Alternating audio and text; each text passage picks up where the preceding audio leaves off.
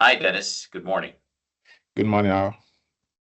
So today we are going to talk about one type of MFA bypass, which is called adversary in the middle attack. And you also are going to show us a demo. But before we get started, I just wanted to understand, we're going to demo Microsoft Authenticator. But I think you have told this to me before. Microsoft is a good company. It's not that they are the ones to blame. There is a problem. There's, I guess, a deeper problem in this type of authentication. Maybe you can introduce that to us. Yeah, that's correct. So the issue is not really about Microsoft or Okta or OneLogin. It's an issue, a fundamental issue with the authentication method. Okay. So people believe that when they get MFA and receive a push or QR code or OTP, that it just works and stops all the attack, but that's not the case. So the issue is that when you have two devices, you're using your mobile phone to authenticate to log into a service on your computer, there is no way you can guarantee that the same user is with the two devices and that those two devices are the same place and that he's the one that approved and initiated that access to that service at that time. So what you're saying is that this phone, there is no way for the PC to know that this phone is next to it. Yes, except you plug a USB or Bluetooth to connect the device, which no one wants. So it's almost like saying that, and we call this MFA 1.0 because this is what people have been using for years.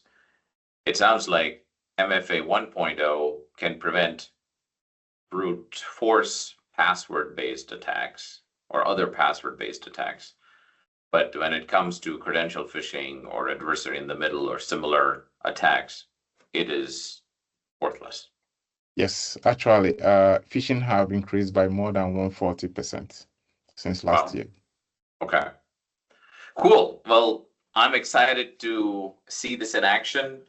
For the, I guess, viewers, we have created an AI-generated phishing email, and we are going to use that as an example to do this. So, Dennis, take it away. Yeah. Can you see my screen? Yes, I can see the screen. Yeah. So this is an email that the user have got to verify the authentication method. And as you all know, Microsoft is pushing everyone to enforce MFA. So this is really a very good email that is convincing with the rollout of MFA on all Microsoft devices. So here the user we got a link on the email to verify their preference. So the user unknowingly will just click on the link to log in. And when that happens, when that happens, that link will take the user to the real Microsoft website to log in. And as you can see, how there is no difference between this page and the Microsoft login page. Wow, that looks so legit, Dennis. Yeah. And the user then will type in their email address as they would. I like how you've created this fake email address, phishable@idee.com. And click on next. And as you all know, Microsoft will automatically send the user a push on their phone to approve. And you can see my phone. Nice.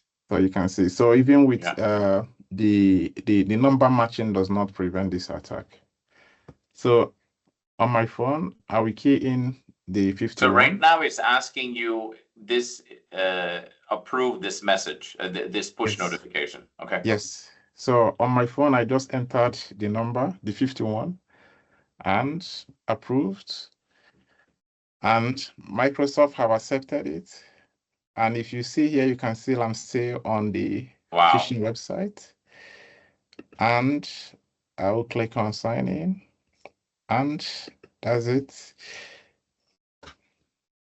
I do it again so that you guys will be sure of what is happening. So Microsoft, they are requesting me to do the number matching. So the first And time it when, was a different number, now it's a different number, and both times it's working, okay? yes, so when I click on yes, then it logs me in to the app. And now it's So the real Microsoft site. yes, so for the user, they won't really know that anything happened because they authenticated, and after the authentication, it redirects You're them in. to the Yes, real Microsoft website. right. So they won't really know that anything happened. Okay.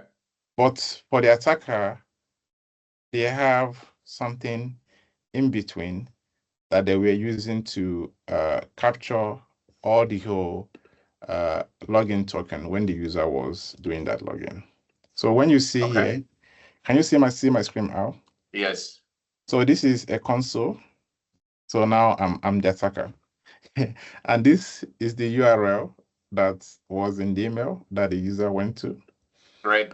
And here you can see the username that the user entered. And assuming that the user also entered the password will also be But hold captured. on a second, Dennis. This is, you just hacked a passwordless MFA because That's there correct. is no password here, That's correct.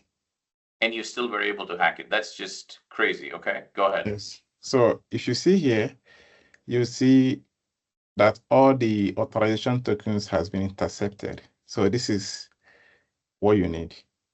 Okay. And when I do these sessions here, the very last one that just happened now is 52, and you can Okay. see the time when it Yeah. happened here. Yeah. Just a couple of minutes ago. Yes. And here you will see the tokens was Have been captured. captured. Okay. So to see the details of the tokens, I will just need to do sessions, and the session ID, that is 52. And this is what you need to take over the account. So now let's just, so let me just understand this. This is a session token. So even though there was passwordless MFA push based from Microsoft Authenticator, you were able to capture the session token. Yes, as we said earlier on, Al, the push authentication only prevents password-based attacks. So as you can see here, Wow. there is no password, but Okay. I'm still able to intercept the token that the user got after authentication, even with passwordless MFA.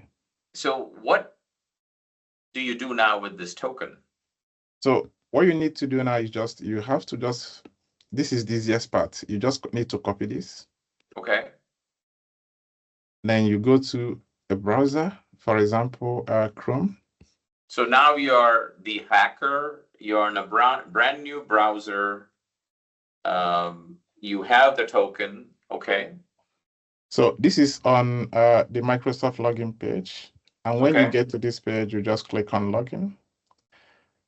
And here, I'm not logging in.